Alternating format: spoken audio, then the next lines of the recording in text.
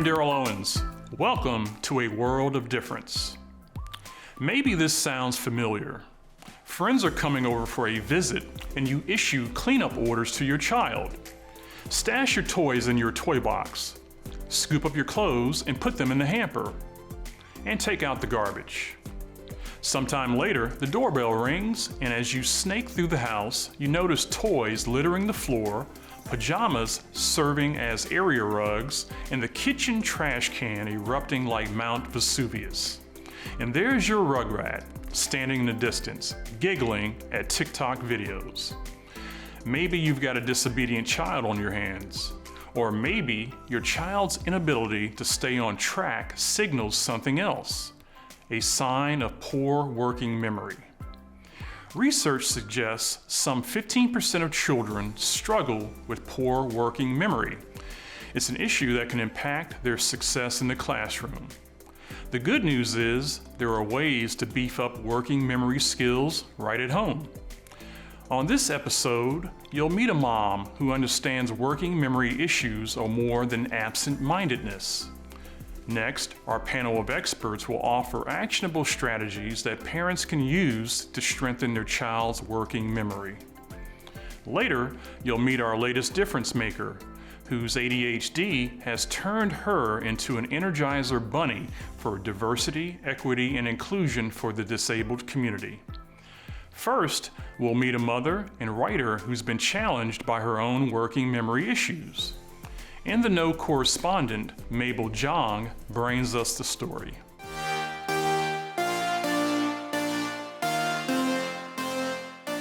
Working memory is a mental skill that allows you to keep all sorts of knowledge front of mind, where you can access and utilize it to perform tasks. Working memory is not the same as long-term memory, and it's not exactly like short-term memory either.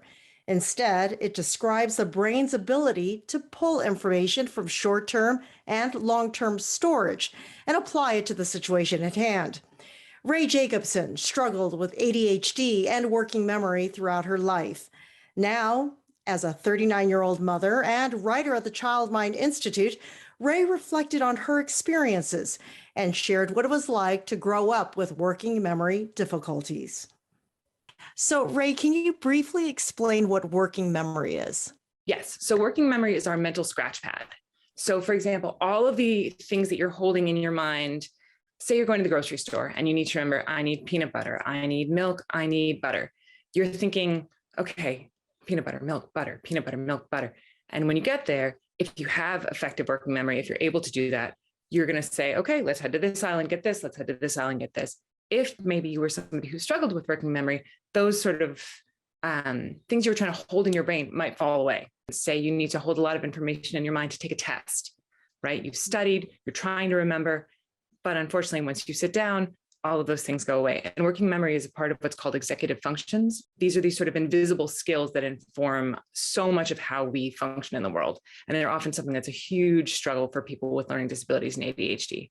So working memory is really a core feature of doing everything from going shopping to remembering everything that you're supposed to bring with you in your bag, to doing well on your math test or your finals, or even just remembering, say, your grandfather's birthday. These kind of things that you're trying to remember everything and hold it there in your mind as you go through your day.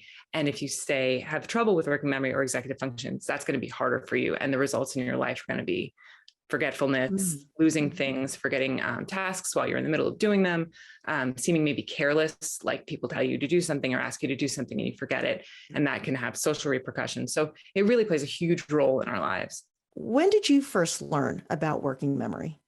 I learned about working memory around when I got diagnosed with ADHD, which was later in life because for women, it's often a later diagnosis. So I was around 21 and I got diagnosed, and, I think a lot of the symptoms of ADHD jive very closely with some of the issues you would see with working memory: forgetfulness, losing things, lateness, missed appointments.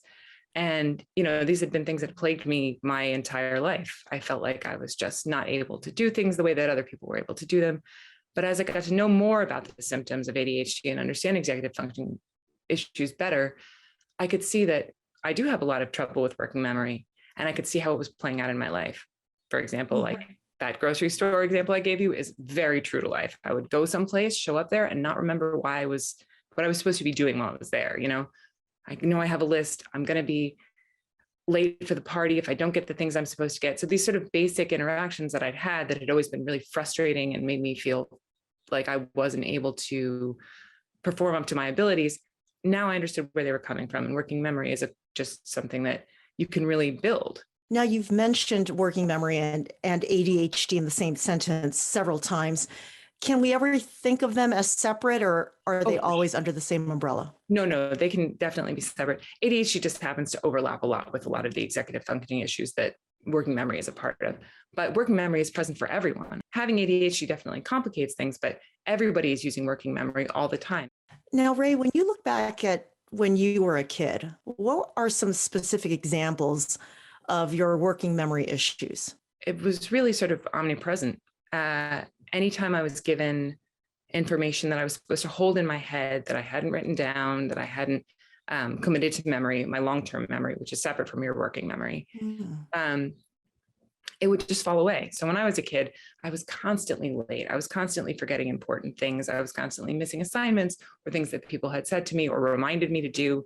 I told you to do that. Why don't you remember? And you're thinking, why don't I remember? And so now having the understanding, it makes all the sense in the world to me. But at the time, it just seemed like, why can't I get this right? And how are you still struggling with working memory today? Well, I'm a parent now. So the amount of things that I have to hold in my mind at any given time have gone up exponentially. And I still have ADHD. You don't grow out of it. It's a lifelong brain difference. So I have a lot of systems that I use to help me with working memory, but my ability to hold things in my mind is still a struggle. I think it's fair to say that the difficulty level has gone down because I understand what I need. And I think that's a huge piece of all of these things. Anything where you have any kind of neurodivergent way of thinking, you're going to need the things that help you navigate your life with comfort and success. And you learn those by doing. If you struggle with working memory, if this is an issue for you, and it can be something where you hear this interview and you think, wait a second, that sounds familiar. This is something that is totally manageable. And the more you understand it, the better the management will be. Thanks so much to Ray Jacobson for sharing her experience. I'm Mabel Jong for A World of Difference.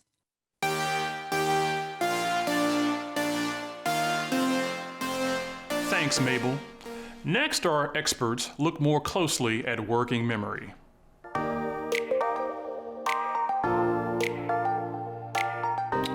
Dr. Rebecca Jackson is Vice President of Programs and Outcomes for Brain Balance. Brain Balance is a nationally available drug-free program designed to enhance cognitive performance and emotional well-being by building and strengthening pathways in the brain that support cognitive abilities and performance using sensory engagement, physical development, academics, and nutrition.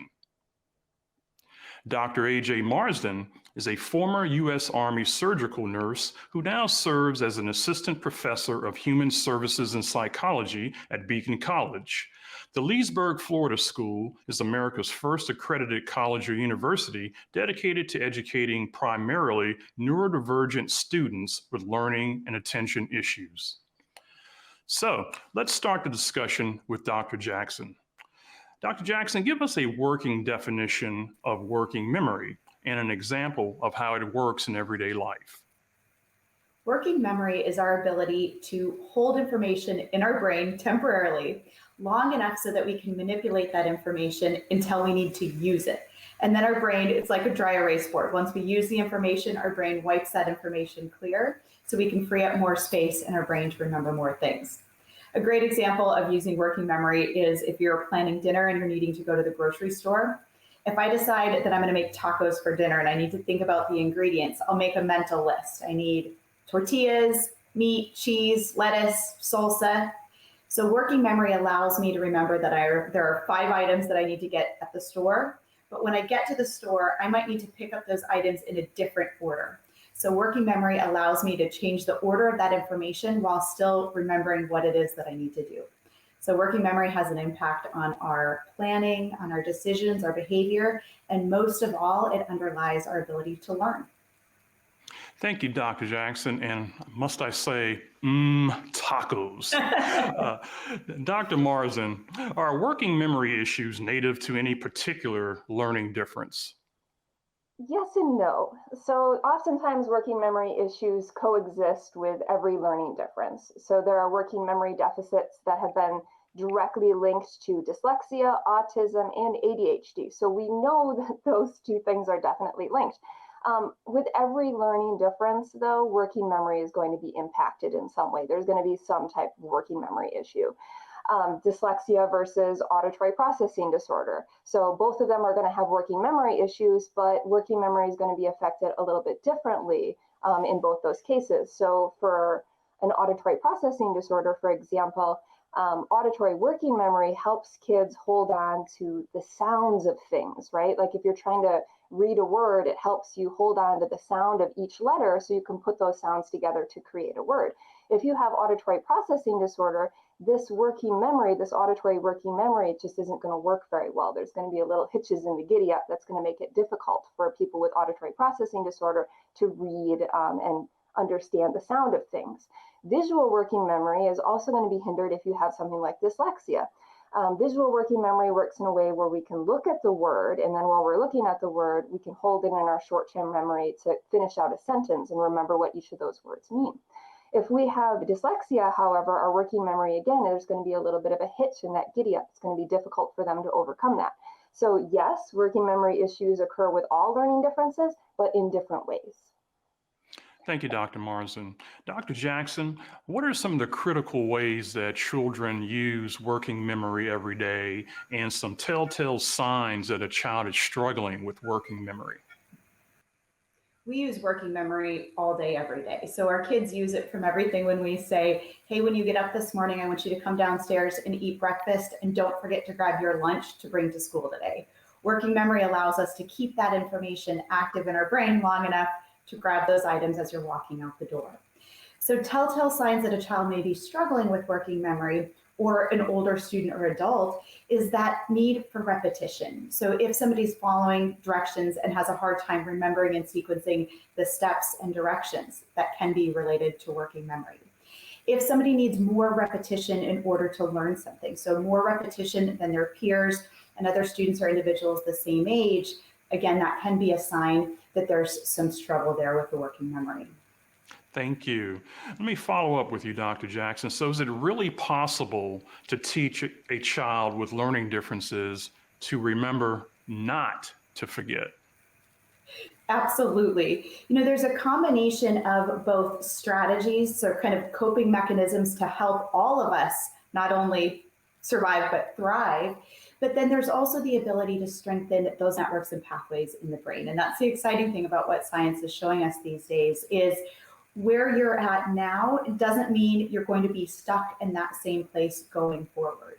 So you can practice and strengthen using those networks and pathways so that you become more successful going forward. And then also learning those habits and routines and life strategies that can support success in working memory can benefit all of us. Thank you. Dr. Marsden, it seems that before parents can begin to help, they would need to know the extent of the problem. How can parents test their child's working memory limits?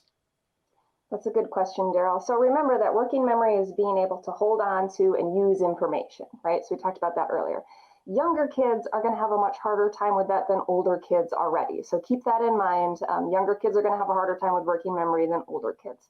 So it is possible for you to get your child professionally tested with something like the Comprehensive Assessment Battery for Children that specifically looks at working memory, or the Automated Working Memory Assessment. So you could definitely get them professionally tested, but before you spend the money to do that, there are a couple early warning signs that you could look for at home. So first, just like Dr. Jackson was talking about, does your child have a hard time remembering instructions or sequence? Do they have to ask you to repeat yourself often? Do they lose track of complicated tasks and oftentimes have to restart things or get confused about things? Are they easily distracted? These are all things that you can ask yourself as you observe your child. And if you say yes to a number of these, then that could be, again, some warning signs. So next, you might want to kind of test them. I don't like using the word test, but you can kind of test them a little bit at home and see if there's additional issues with their working memory. So one of the games that you could play at home is give a list of like 5 animals to your son or daughter and ask them to remember those animals. These could be fun animals that they really like, right? Unicorn, cat, dog, horse, things like that. Just easy stuff. And tell them, remember these 5 things because I'm going to ask you about them later. And then have them do some type of fun, kind of simple math test or something like that. Say, okay, I have 5 friends, I have 10 cookies. How many cookies does each of my friends get? Have them do some type of different activity. And then when you're done with that, go back to the list and say, hey, do you remember any of those animals that I asked you to remember earlier? And if they can't remember any of them, that's probably a good indication that there's something wrong with their working memory. It's not the best. Now, little kids are not going to be able to do that as well as older kids, so keep that in mind too. There's definitely age-related memory activities and games that you can play with your kids, but there's loads of information out there for parents. Thank you. And let me follow up with you, Dr. Marsden. Dr. Jackson mentioned of the existence of strategies that parents can employ to help strengthen their child's working memory, but strategy sounds pretty dreary and boring and laborious. But are there any fun ways that parents can help their kids beef up their working memory? Absolutely. There's tons of ways, tons of fun things that you can do to work on working memory, and you don't have to call them tests or strategies or anything like that. They're fun games. They're probably things that you have in your closet right now that would work on working memory and you don't even realize it. So for example, the game memory or concentration, that's great for working memory. The game Simon, where you have to follow the pattern to the different colors and the different sounds, that's a great working memory game. Lots of activity books. If you have an activity book that has like 2 different pictures and it's like what's missing in this picture or that picture, great for working memory. All of these things are fun little activities that you and your child could do together that are great for building and improving their working memory. However, there is a little controversy in the research that suggests that doing these types of games, yes, improves working memory, but only that specific type of working memory. So it only improves memory for that specific type of task, and it doesn't necessarily generalize to other tasks. However, there's been a good amount of research that shows that these types of brain activities are really, really beneficial for people with ADHD and autism. So there are lots of fun things that you can do at home that would improve your child's working memory pretty quickly. Okay. Dr. Jackson, one memory strategy that I've heard a lot about is chunking. What is that and how does that work? You know, when I think of chunking, I always envision, a telephone number. A telephone number is grouped the way it is because of this chunking strategy. So a 10-digit telephone number has the digit 1 in front, the 3 digits, and the 4 digits, because that's how our brain works. So our brain has a hard time looking at something and capturing all 10 digits in one quick glance. So instead, our brain can often reasonably hold about 4 chunks of information. So by grouping things together in smaller chunks can help our brain more easily remember it. So if you're doing a task with your child, grouping things together by category or by activity or task can help them retain and recall and utilize that information more successfully. So if you're thinking about getting ready and out the door in the morning, maybe first you chunk things by, hey, what's everything that you need to do upstairs to get ready for the day? Have you brushed your teeth? Have you made your bed? Did you put your shoes on before you come downstairs? That can be one chunk of all the things that you need to do upstairs. Then you can chunk the things that you need to do downstairs in the kitchen. Did you grab your lunch and your water bottle and your backpack? So those can be a great way to help remember a good amount of information in smaller groupings. All right. Dr. Marsden, another strategy that people talk about often is visualization. Can you help us visualize how this strategy works? Yes, of course. So visualization works by creating a mental representation of something that you're trying to accomplish, whether this be a goal or a task or whatever it might be. So for example, in my research classes, I ask students to visualize the scientific method. So first, of course, I explain what it is. Then I show them the scientific method broken down in memes to help them kind of understand. And that's something that they're really familiar with too. So they like it, they think it's funny, and it helps them connect to the material. Then I ask them to visualize themselves actually following through with the scientific method, the process of it. So visualize yourself coming up with a hypothesis, visualize yourself collecting data, gathering that data, et cetera, et cetera. So they have to visualize themselves doing it. basically, visualization works by decreasing our working memory, the load of our working memory that's associated with that challenging task. So just like with any memory task, the students or your child is making a personally meaningful connection with that material. Whenever they visualize themselves doing something, they're making a meaningful connection with that material. So later, when they pull up that information, when they're asked to pull up that information, they pull up that visualization as well, and it makes the connections much faster. It makes the brain work much faster. Watch the full Ask the Expert segment on our website at awodtv.org if you want to learn more about working memory. You can also watch or listen on Facebook, YouTube, or on your favorite podcasting platform.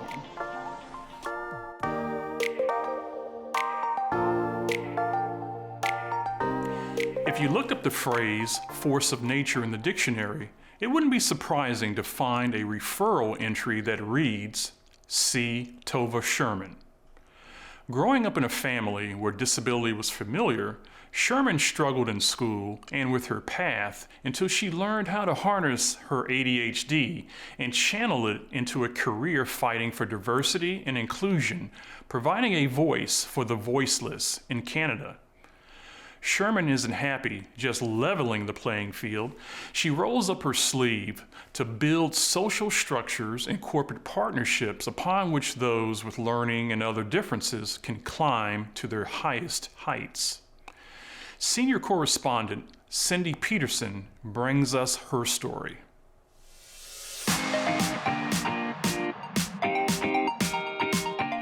We met up with TEDx speaker and award-winning author Tova Sherman. She is the CEO of Reachability in Nova Scotia, where she and her team are on a mission to provide education and diversity in the workplace for individuals facing barriers.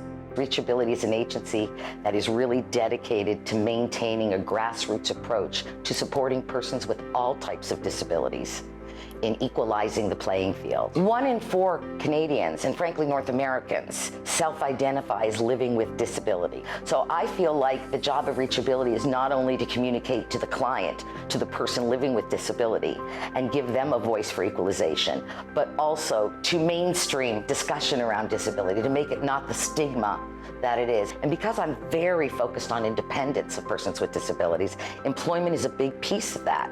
And I've really focused a lot of my energies on not the client, but the employer, and understanding how to communicate to them both in fact, as well as in just what's right.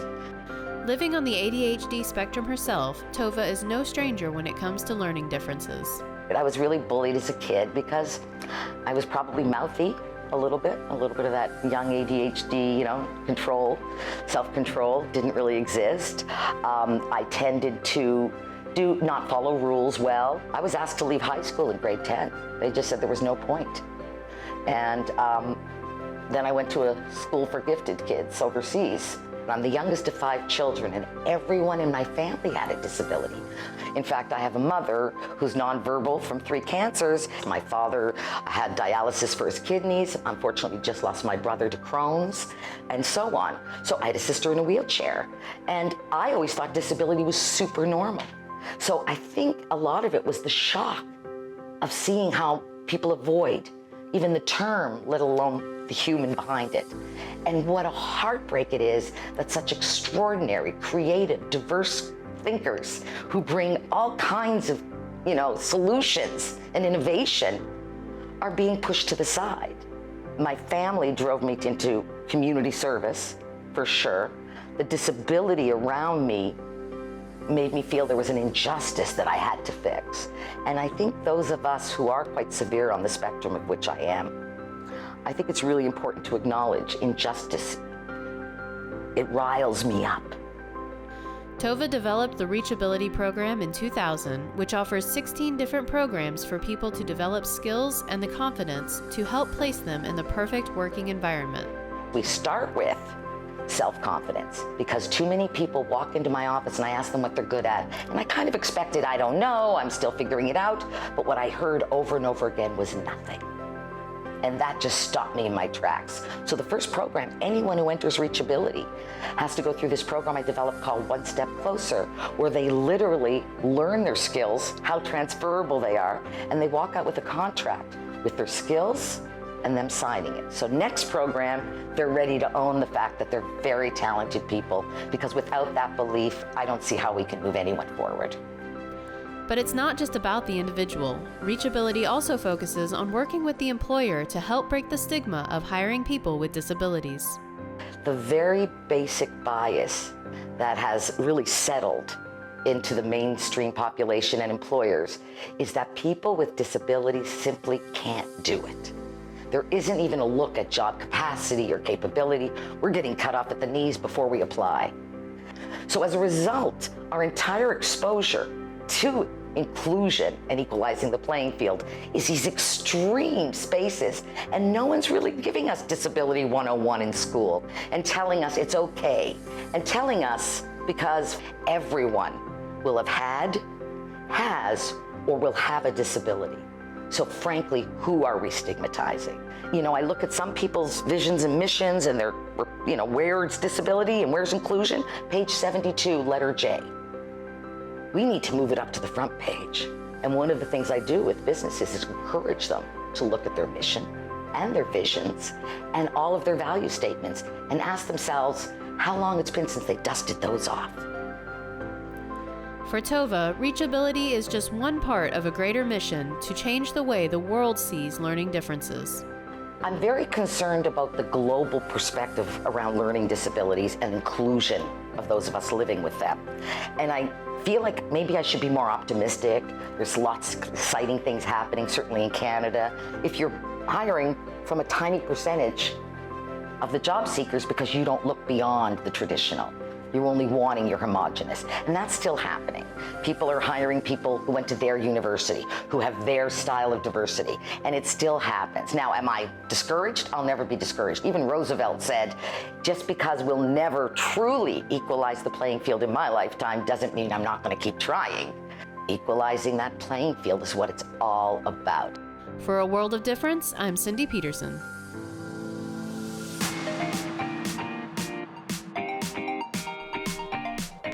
Thanks, Cindy. And congratulations, Tova Sherman, for making a difference. And that does it for this edition of A World of Difference. I'm Daryl Owens. I'll see you back here next time. You can watch episodes of A World of Difference on the Beacon College Facebook and YouTube channels and on the show's website, awodtv.org. The website also provides tip sheets and other resources for your parenting journey. And you can listen to the show on the go on Spotify, Breaker, Google Podcasts, Stitcher, and other popular podcasting platforms. Thank you for watching and supporting A World of Difference.